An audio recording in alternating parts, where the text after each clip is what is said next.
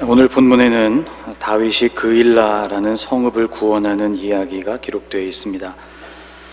보시는 이 지도는 성서시대의 이스라엘 남쪽을 그려놓은 지도인데요, 사해 왼편으로 당시에 있었던 도시들의 이름들이 쭉 기록되어 있습니다.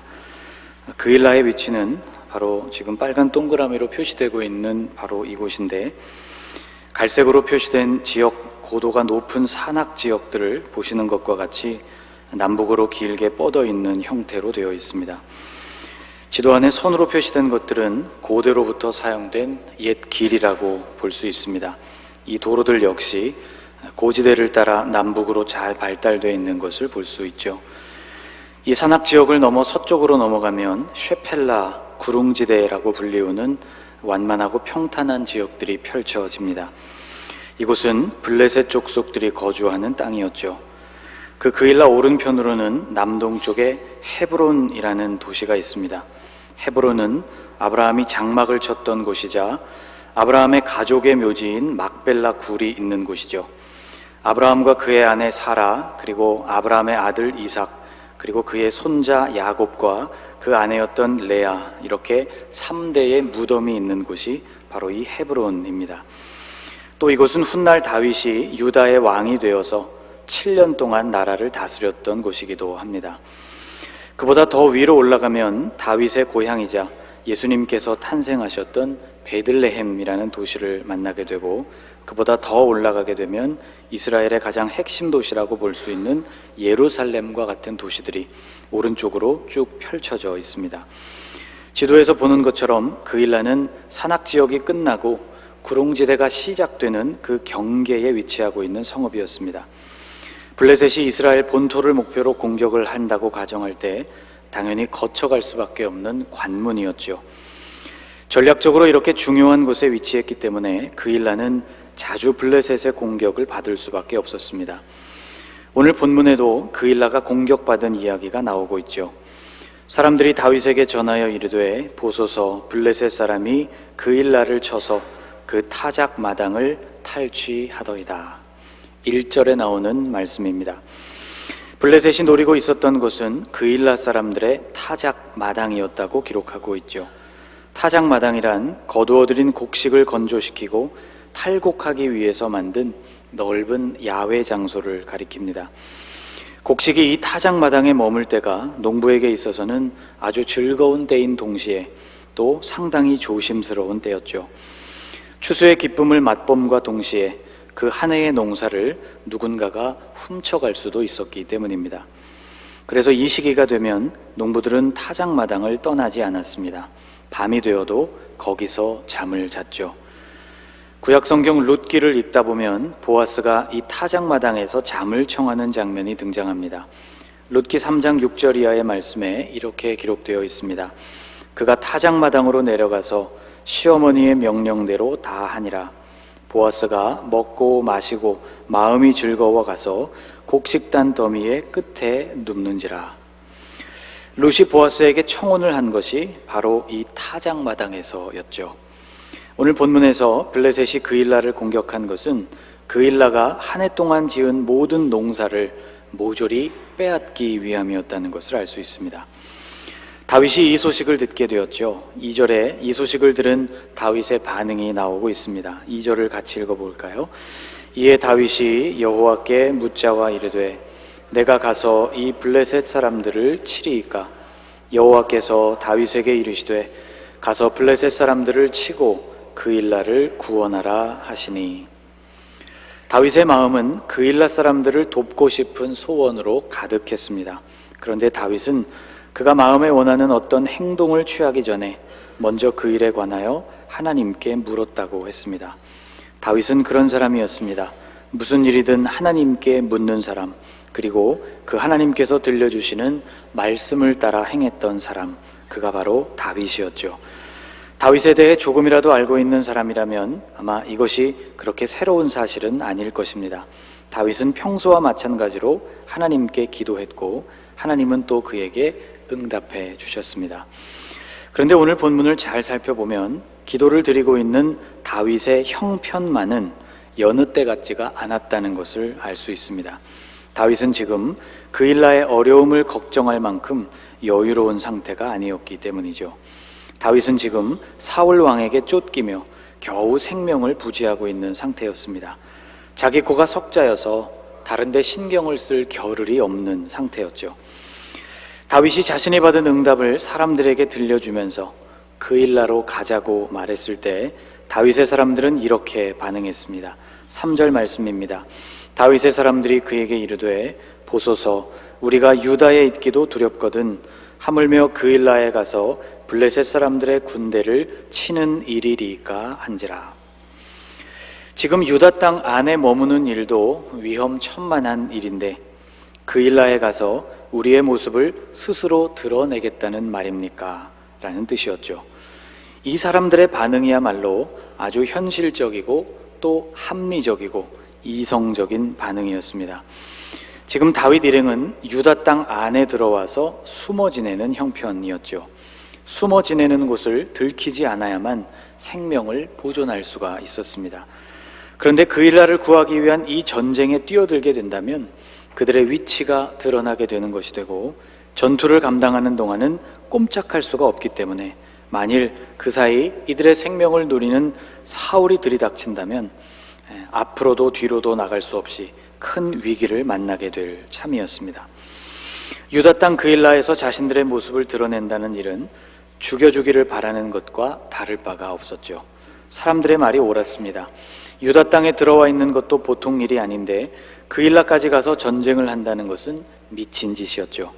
그래서 다윗은 다시 기도했습니다. 오늘 본문에 다윗이 다시 기도했다는 것이 참 많은 생각을 하게 해줍니다. 그는 아직 왕은 아니었지만 함께하는 600명에게 있어서는 우두머리였습니다. 사무엘상 22장 2절 말씀을 보면 이런 말씀이 나옵니다. 환난당한 모든 자와 빚진 모든 자와 마음이 원통한 자가 다 그에게로 모였고 그는 그들의 우두머리가 되었는데 그와 함께한 자가 400명 가량이었더라.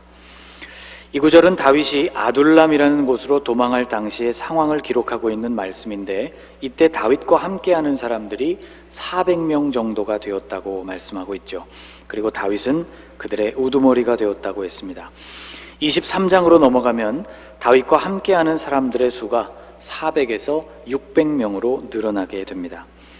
다윗은 우두머리였기 때문에 자신의 결정대로 그 일을 밀어붙일 수도 있었습니다. 그러나 본문을 보면 다윗은 다시 기도했다고 기록하고 있죠. 자신의 생각이 실제로 무모한 것일 수도 있었고 혹은 앞서 있었던 하나님의 응답을 자신이 잘못 알아들었을 가능성도 있었기 때문이죠. 아무튼 다윗은 같은 문제를 놓고 하나님께 다시 기도했습니다. 그런데 같은 응답이 왔죠. 4절 말씀을 같이 읽어보겠습니다. 다윗이 여호와께 다시 묻자온되 여호와께서 대답하여 이르시되 일어나 그일라로 내려가라. 내가 블레셋 사람들을 내 손에 넘기리라 하신지라. 다윗은 확신을 가지게 되었고 그일라로 진격하게 됐습니다. 그리고 하나님께서 약속하신 대로 그 성읍을 블레셋 사람들의 손에서 구원하게 됩니다. 아주 일반적인 이해를 바탕으로 오늘 본문에 나온 사건을 계산해 본다면 그일라를 구원하는 일을 통해서는 얻게 될 것보다 잃게 될 것이 훨씬 많았습니다. 그일라 성읍에 사는 유대 사람들을 구원했다는 것, 이것이 백성들에게 소문으로 퍼져나가서 훗날 다윗이 왕이 되는데 도움이 될 수도 있었겠죠.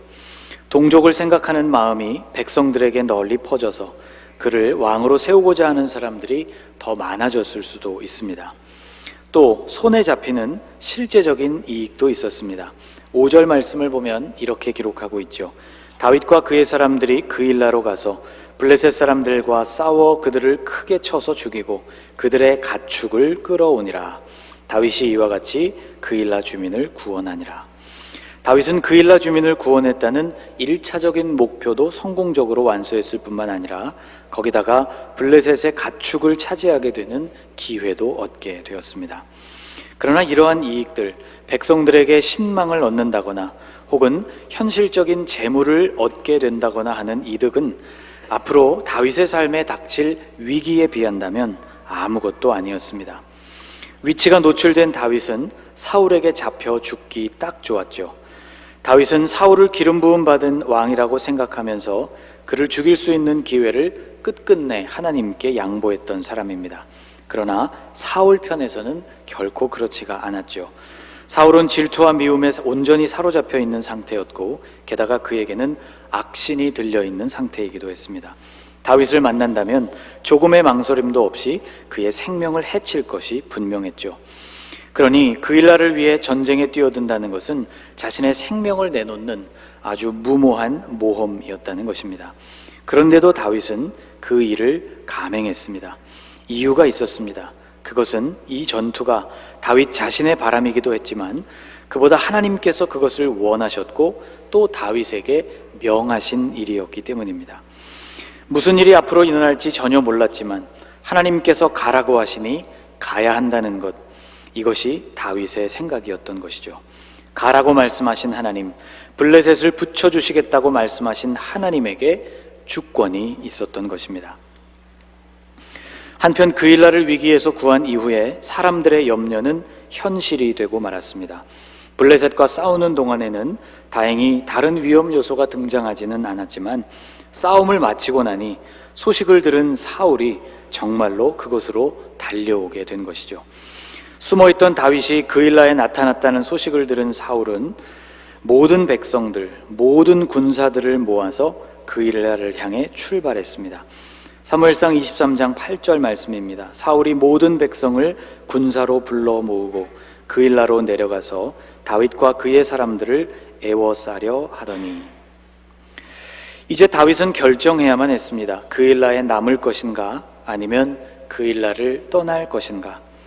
선택의 기로에 서 있는 다윗에게는 약간의 기대가 있었습니다. 그일라는 다윗에게 큰 신세를 진 성읍이었죠. 그들에게 있어서 다윗은 생명의 은인이었습니다.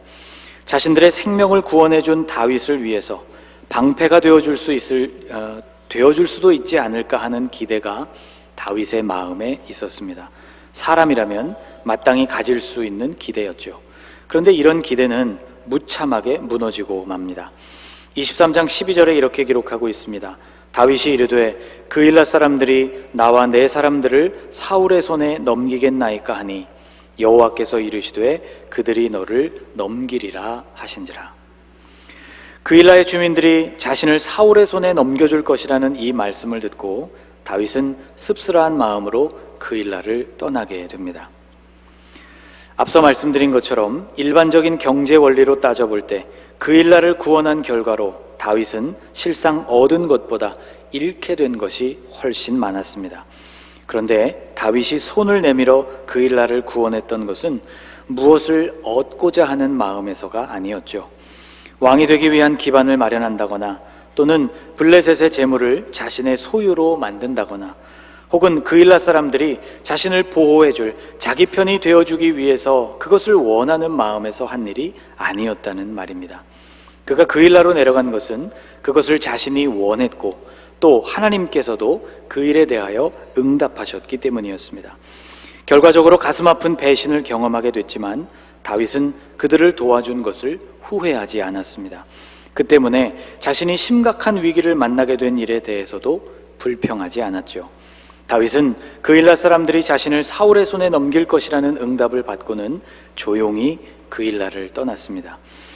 아마 그가 하나님을 알지 못하는 평범한 사람이었다면 사울이 들이닥치기 전에 배은망덕한 그일라 사람들을 자신의 손으로 친히 멸망시켰을지도 모를 일입니다. 우리는 다윗의 모습에서 하나님의 사람들이 갖춰야 하는 순종의 아름다운 모본을 보게 됩니다.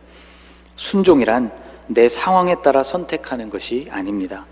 나에게 유리하면 기꺼이 그것을 감당하려고 하고 혹은 내게 불리하면 가급적 그것을 피하려는 것, 이것이 자연스러운 인간의 모습이죠. 그러나 타락해져 버린 본성 앞에 고개를 숙이는 일이요, 그 본성에 이끌려서 사는 모습일 뿐입니다.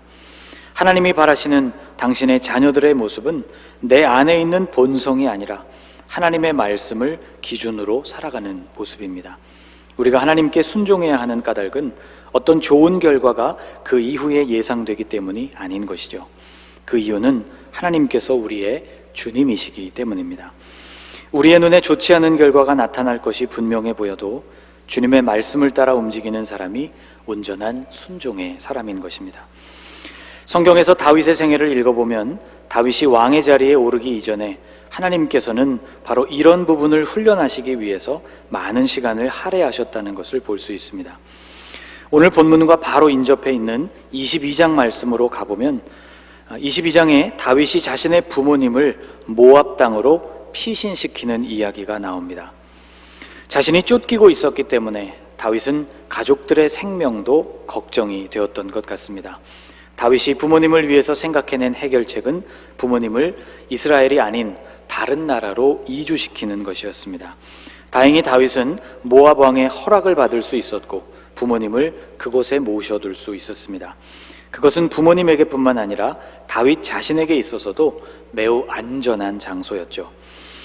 그런데 모압의 요새에 머물고 있었던 다윗에게 하나님은 선지자 한 사람을 보내서 이런 말씀을 전해 주셨습니다. 사무엘상 22장 5절 말씀인데요, 선지자 갓이 다윗에게 이르되 너는 이 요새에 있지 말고 떠나 유다 땅으로 들어가라. 다윗이 떠나 헤렛 수풀에 이르니라. 모압 땅 안에, 그것도 요새 안에 머문다면 다윗으로서는 더 바랄 것이 없이 안전했겠지만 하나님은 다윗을 계속해서 고난의 현장으로 몰아넣고 계십니다. 무엇 때문일까? 어떤 상황에서도 하나님의 명령에 순종하는 법을 배우게 하기 위함이었습니다. 홀로 하나님의 뜻을 따르는 경험, 400명과 함께 하나님의 뜻을 따르는 경험, 600명과 함께 하나님의 뜻에 순종하는 체험, 이런 훈련들이 다윗의 삶에 계속 축적되어서 이후에는 통합된 이스라엘이라는 국가 역시도 하나님의 뜻에 순종하는 모습으로 이끌 수가 있었습니다. 은혜도 알아주지 않는 사람들의 성읍 그일라를 벗어난 다윗은 다시 도망자의 생활로 돌아가게 됐습니다. 성경을 읽어보면 그일라를 벗어난 후에는 광야의 요새, 그리고 십광야 등과 같은 아주 황무한 곳을 전전하면서 사울을 피해야만 했습니다. 사울의 추격은 끊임없이 이어졌고요. 그런데 성경을 읽어보면 사울의 추격이 단 한 번도 성공했다고 기록하고 있지를 않습니다. 그의 추격은 번번이 실패하고 맙니다. 이유가 있었습니다. 하나님께서 다윗을 넘겨주지 않으셨기 때문이죠. 23장 14절이 이렇게 증언하고 있습니다. 같이 읽어보겠습니다. 다윗이 광야의 요새에도 있었고 또 십광야 산골에도 머물렀으므로 사울이 매일 찾되 하나님이 그를 그의 손에 넘기지 아니하시니라. 아멘. 다윗을 사울의 손에 넘겨주지 않으셨던 분, 그분은 하나님이셨습니다. 다윗이 잘 도망을 쳤기 때문이 아니라 이 모든 일을 주관하시고 다윗의 생명을 보존하시는 분이 하나님이셨기 때문에 가능한 일이었다는 것이죠. 이 모든 일들을 주관하시는 주권자가 바로 하나님이셨습니다. 그일라의 백성들은 다윗을 사울의 손에 넘겨주려고 했지만 하나님은 결코 다윗을 넘겨주지 않으셨다는 것, 이것이 하나님의 선택이자 주님의 주권이었습니다. 다윗은 점점 확실하게 배워가고 있었던 것이죠. 주권이 하나님께 있다는 진리, 그리고 피조물인 자신은 그 하나님께 순종하기만 하면 된다는 진리였습니다. 사랑하는 여러분, 일어나 그일라로 내려가라고 말씀하시는 그 주님께서 오늘 우리에게도 말씀하고 계십니다. 그일라에 내려가서 감당하게 될 그 전쟁, 그 전쟁의 승패를 주관하시는 분이 하나님이시라고 말씀하십니다. 그것을 구원한 후에 다윗이 얻게 될 것이 무엇인지를, 그것을 결정하는 것도 하나님이라고 말씀하십니다. 혹 그들이 은혜를 원수로 갚더라도 그들에 대한 마지막 심판을 행하시는 분은 하나님이라고 말씀하고 계십니다. 다윗의 생명을 찾는 사울의 손에 다윗의 생명을 넘기시거나 혹은 넘겨지지 않게 하실 수 있는 분이 하나님이시라고 말씀하고 있습니다. 하나님께 주권이 있다고 말씀하고 계신 것이죠. 그러니 여러분, 우리가 할 일은 온전한 순종이라고 또한 말씀하고 계신 것입니다. 사랑하는 여러분, 우리가 주님의 음성을 온전히 들을 수 있기를, 그리고 그 말씀 앞에 순종할 수 있기를 주님의 이름으로 간절히 축복합니다. 기도하겠습니다. 하나님, 주님께서 우리에게 원하시는 뜻이 우리의 소원과 일치하는 때도 있고 그렇지 않은 때도 있다는 것을 묵상했습니다. 그런데 합당한 순종에는 우리의 의지나 소원이 개입될 수 없다는 것을 깨달았습니다. 다윗의 평생에 환난과 고난으로 그를 연단하셔서 하나님의 뜻에 따르는 삶을 체득하게 하신 주님, 주님께서 오늘도 똑같은 방식으로 우리를 연단하고 훈련하고 계심을 알게 하여 주옵소서. 그 일나로 내려가라 말씀하실 때 내려가는 인생, 그 일나를 떠나라고 말씀하시면 떠나는 인생, 위험천만한 유다에 머물라고 말씀하시면 거기에 머무는 인생, 우리의 삶이 이렇게 순종하는 삶이 될 수 있도록 은혜를 베풀어 주옵소서. 예수님의 이름으로 기도하옵나이다. 아멘.